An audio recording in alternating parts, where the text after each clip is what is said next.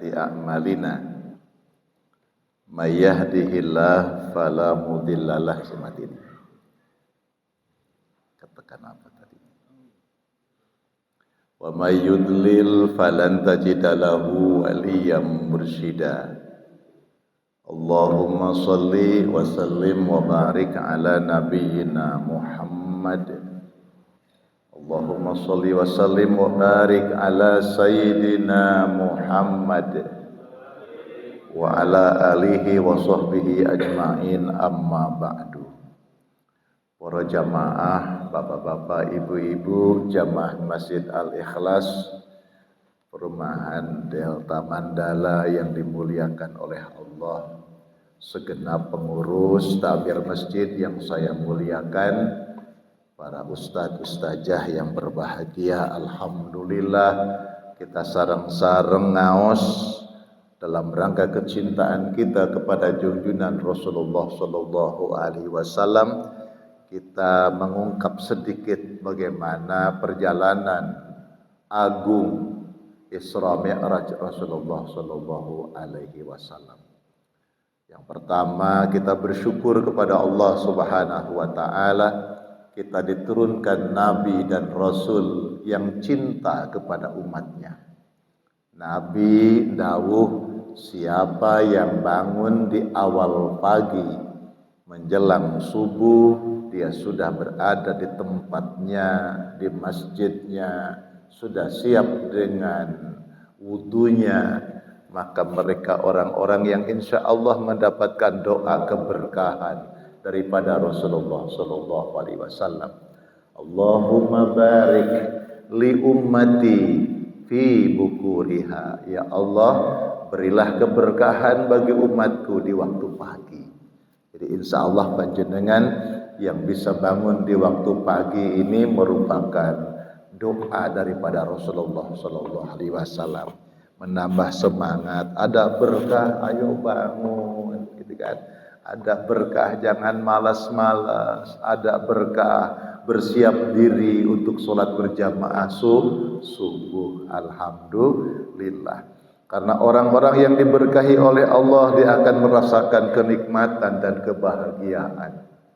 Kenikmatan dan kebahagiaan itu menurut Syekh Ibnu Qayyim Al-Zawjiyah. Beliau berkata dalam kitabnya bahwa kebahagiaan hidup itu ada 3. Yang pertama, ketika Allah memberikan nikmat kepada kita, kita menjadikan hamba yang bersyukur sehingga tambah ketaatannya kepada Allah.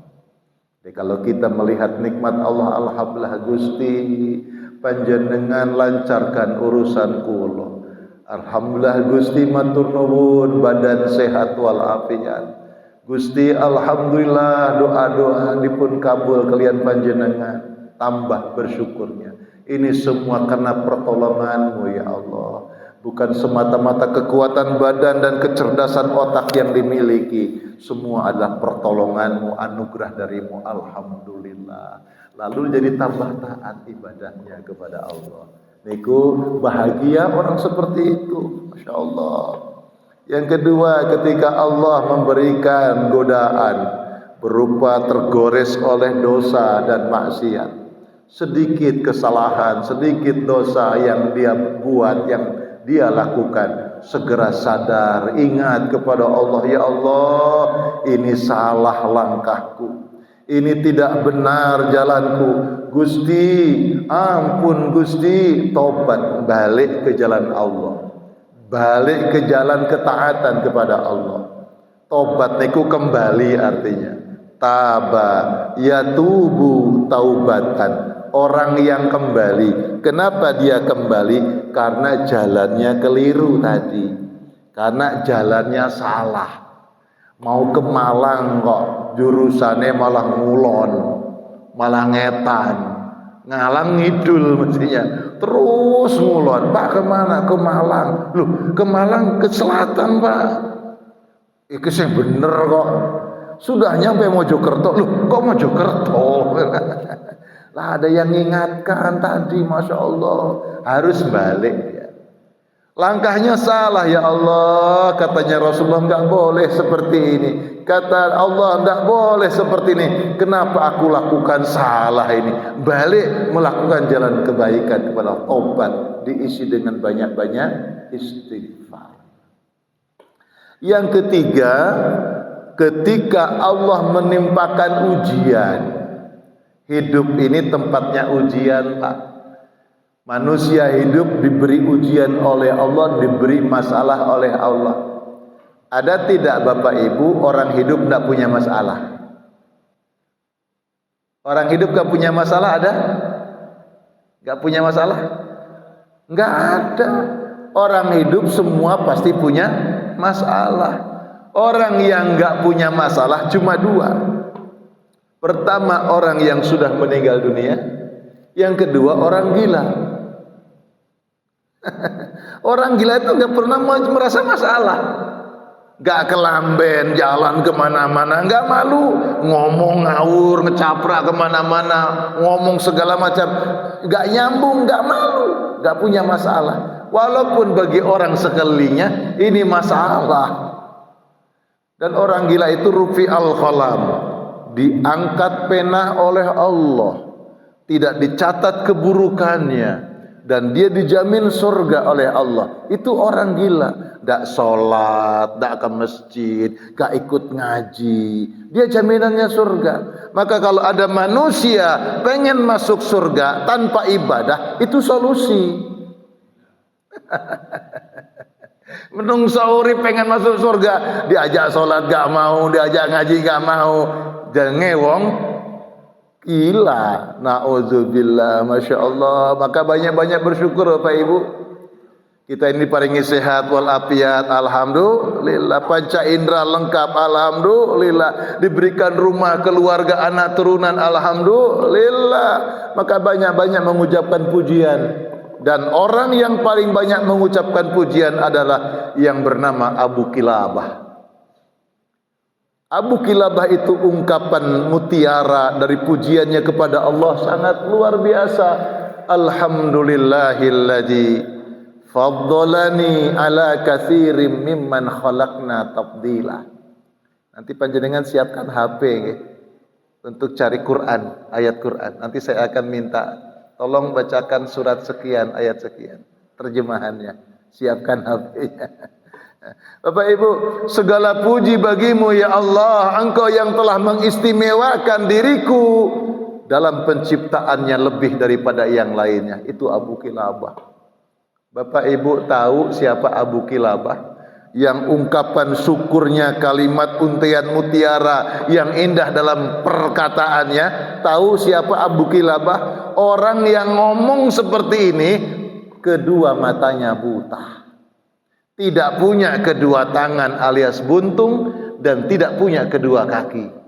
Orang seperti ini pujiannya dahsyat. Segala puji milikmu ya Allah, Engkau yang telah mengistimewakan diriku dibanding penciptaanmu yang lainnya. Luar biasa.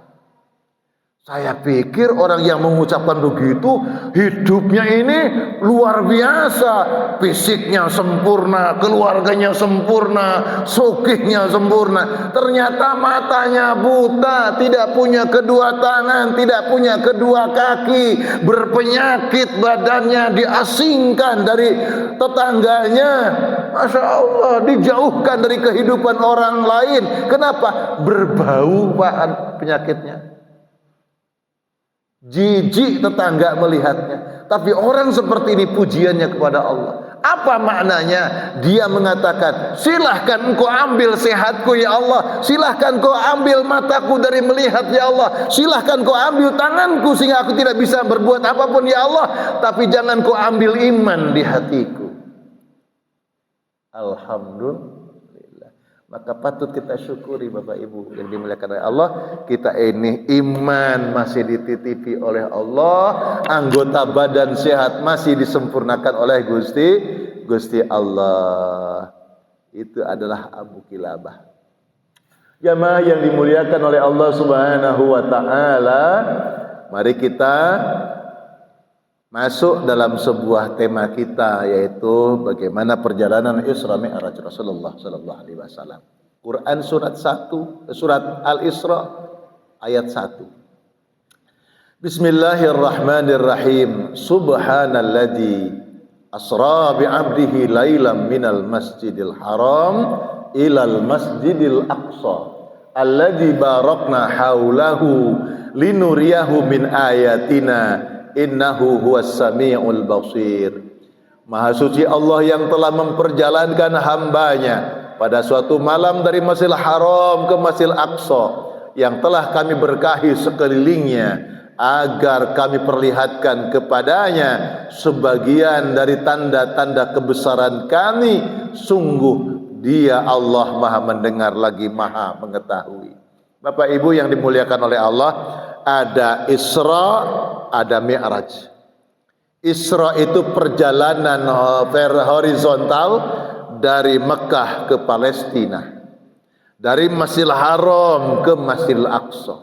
Mi'raj itu perjalanan naik, yaitu dari Masjidil Aqsa ke Sidratil Muntaha, dari Palestina ke langit ketujuh di Mustawa, lalu diberjumpakan dengan Allah Subhanahu wa ta'ala. Kalau Isra, perjalanan Isra, Qur'annya surat Bani Israel ayat 1. Kalau Mi'raj dikisahkan oleh Al-Quran, surat An-Najm ayat awal-awal pertama. Jadi ayatnya surat An-Najm. Baik Bapak Ibu yang dimuliakan oleh Allah, Bapak Ibu yang dimuliakan oleh Allah, kita tahu neraka itu ada berapa pintu neraka. Neraka itu ada berapa tingkatan, berapa pintu. Neraka itu ada 7 pintu. Jadi neraka itu ada 7 jenis neraka. Tetapi di dalam Al-Quran Allah tidak menjelaskan secara rinci siapa mereka yang dimasukkan Allah dalam neraka. Kalau namanya banyak, neraka jahanam, neraka sa'ir, neraka macam-macam. Tapi siapa yang berada di dalam neraka itu secara rinci seluruhnya, saya sebagai orang yang sedikit pengetahuan tentang itu, di dalam Al-Quran tidak mendapatkan penjelasan secara rinci. Tapi marilah kita akan bicara tentang surga. Bismillahirrahmanirrahim. Kenapa saya bicara ini? Karena Nabi pernah masuk ke dalam surga dan Nabi pernah masuk ke dalam neraka ketika perjalanan Isra Mi'raj itu. Maka saya akan singgung di sini. Innal muttaqina fi jannati wa uyun. Sesungguhnya orang-orang yang bertakwa itu berada dalam surga, yaitu taman-taman yang indah, dan di dekatnya terdapat mata air yang mengalir. Udkhuluha bisalamin aminin.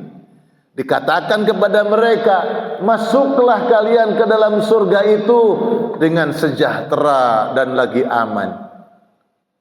Bapak Ibu yang dimuliakan oleh Allah, maka penjelasan awal di sini bahwa orang-orang yang bertakwa itu berada di dalam surga dan di sana terdapat mata air. Berarti mata airnya tidak satu, banyak mata air. Pertanyaannya, mengapa kita diseru oleh Allah untuk bertakwa? Ini pertanyaannya. Kenapa kita harus bertakwa? Bapak Ibu yang dimuliakan oleh Allah, karena takwa adalah satu-satunya hal yang memungkinkan seorang hamba Allah menjadi pribadi yang paripurna. Jadi kalau ada istilah paripurna itu kalau tidak bertakwa itu bohong. Jadi satu-satunya hal yang memungkinkan manusia menemukan paripurna dalam melakukan evolusi spiritual, maka takwa, ngapunten, takwa tidak ditawarkan kepada agama Nasrani. Takwa tidak ditawarkan kepada agama Yahudi. Takwa tidak ditawarkan kepada agama Buddha, agama Hindu. Pengetahuan tertinggi mereka adalah beriman. Maka mereka mengatakan, kita adalah umat yang percaya kepada Tuhan. Percaya itu kan beriman. Tapi justru yang diajarkan oleh Islam, beriman dan bertakwa kepada Allah. Itu bedanya. Coba jenengan lihat dimanapun, nggak ada mereka, ayo bertakwa. Yang ada beriman, percaya kepada Tuhan. Bapak Ibu yang dimuliakan oleh Allah, ini perspektif kita berdasarkan pengetahuan dalam Al-Quran. Jamaah yang dimuliakan oleh Allah, maka puncak daripada pengetahuan dan pencapaian mereka tentang hakikat hidup adalah iman. Maka jangan kait, mereka mengatakan kami adalah kaum yang beriman kepada Tuhan, percaya kepada Tuhan, yaitu beriman. Bapak Ibu, kita menjadi seperti sekarang ini dari nenek moyang kita. Alhamdulillah hari ini kita bisa taat kepada Allah. Sebenarnya Allah sudah mengutus kepada kita itu 124.000 nabi dan 313 rasul. Untuk kita menjadi beriman beginilah. Kita ini dulu telah diutus oleh Allah 124.000 nabi, 313 rasul, 4 kitab utama. Ada Taurat, ada Zabur, ada Injil, dan ada Al-Quran. Dan suhuf-suhuf, lembaran-lembaran. Fi suhufi Ibrahim wa Musa. Ya, Nabi Ibrahim diberikan suhuf, Nabi Musa diberikan suhuf, nabi-nabi yang lain pun diberikan suhuf, lembaran-lembaran berisi firman-firman daripada Allah Subhanahu wa taala. Jadi untuk menjadikan seperti ini kita, ternyata Allah telah menurunkan nabi-nabi dan rasul, dan bahkan ada ribuan malaikat atau bahkan miliaran malaikat Allah Subhanahu wa taala untuk berjaga-jaga di 2 waktu. Hati-hati 2 waktu ini. Dan 2 waktu ini banyak dilalaikan oleh manusia, yaitu waktu subuh dan waktu asar. Padahal ada miliaran malaikat Allah yang mengelilingi, mengawasi kita di 2 waktu ini terutama, yaitu waktu subuh dan waktu asar. Maka 2 waktu ini diharapkan jangan lalai, Pak. Panjenengan harus sigap, harus siaga 1. Enten ribuan bahkan miliar malaikat mengawasi kita. Ayo subuh tangi, ojo kesiangan. Ayo asar, itu yang melalaikan. Apalagi orang-orang pulang kerja, nanggung waktu asare, antara sholat asar dulu apa pulang dulu. Di perjalanan sibuk, nyampe terlambat sudah maghrib, hati-hati. Atau waktu-waktu seperti itu, waktu-waktu yang dilalaikan, waktu tanggung, hati-hati. Jamaah yang dimuliakan oleh Allah, untuk kebutuhan mengembangkan diri, mengembangkan evolusi spiritual ini, maka di antara 2 waktu ini, ketika datang waktu asar, malaikat melaporkan ke Allah, ya Allah, hambamu posisinya seperti ini. Dia, ya Allah, tidak memperhatikan waktu asarnya. Dia, ya Allah, tidak memperhatikan waktu subuhnya. Jadi naik waktu subuh, naik lapor ke Allah. Waktu asar, naik lapor ke Allah. Yang ingin saya jelaskan jamaah, ketika kondisi puasa, apakah itu puasa Ramadan wajib atau puasa sunnah? Ya, orang yang biasa puasa sih no problem, Pak. Sahur ndak problem bagi dia. Tapi hendaknya sunnahnya dia sahur walaupun harus minum seteguk air, Pak. Sunnah.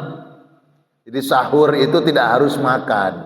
Yang penting ada sesuatu yang dimasukkan ke dalam tubuh kita, entah minum, entah mungkin sebutir kurma dan minumnya barangkali tidak harus makan besar. Karena ada barokah. Tasahharu fa inna fis sahuri barokah. Makan sahurlah kalian karena di waktu sahur itu ada berkah. Yang ini saya sampaikan adalah orang ketika berpuasa, Pak, Bu, jam 8 itu mulai ngantuk. Jam 10 ngantuk lemes, Pak. Jam zuhur, Masya Allah, Alhamdulillah, masjid-masjid penuh orang sholat zuhur, Pak. Habis sholat zuhur tumbang semua, Pak. Iki kaya pindang ngomong iku, awake gede ning lemes nih poso iki. Poso ta? Nggih Pak Ustaz, poso. Bahkan ada Pak sahur di rumahnya melo sahur jam 10 ketok sikile to ning warteg, Pak. Ya Allah, sampeyan melo sahur jam 10 wis buka ya piye? Masya Allah, pulang ke rumah ketok lemes. Masya Allah. Zuhur ngantuk lemes, nanti perhatikan panjenengan. Ini yang jarang orang yang memperhatikan situasi ini. Ketika jarak antara asar dan maghrib, kira-kira jam 4 sampai jam 5 sore menjelang maghrib, itu tahu-tahu set, hilang ngantuknya, hilang laparnya. Siapa yang tahu, yang pernah merasakan? Saat puasa, jarak antara asar maghrib mungkin jam 4 sampai jam 5, tahu-tahu wis gak ngantuk, hilang ngantuk, wis gak lapar. Sehingga memungkinkan orang ini kalaupun maghrib datang dia malas berbuka.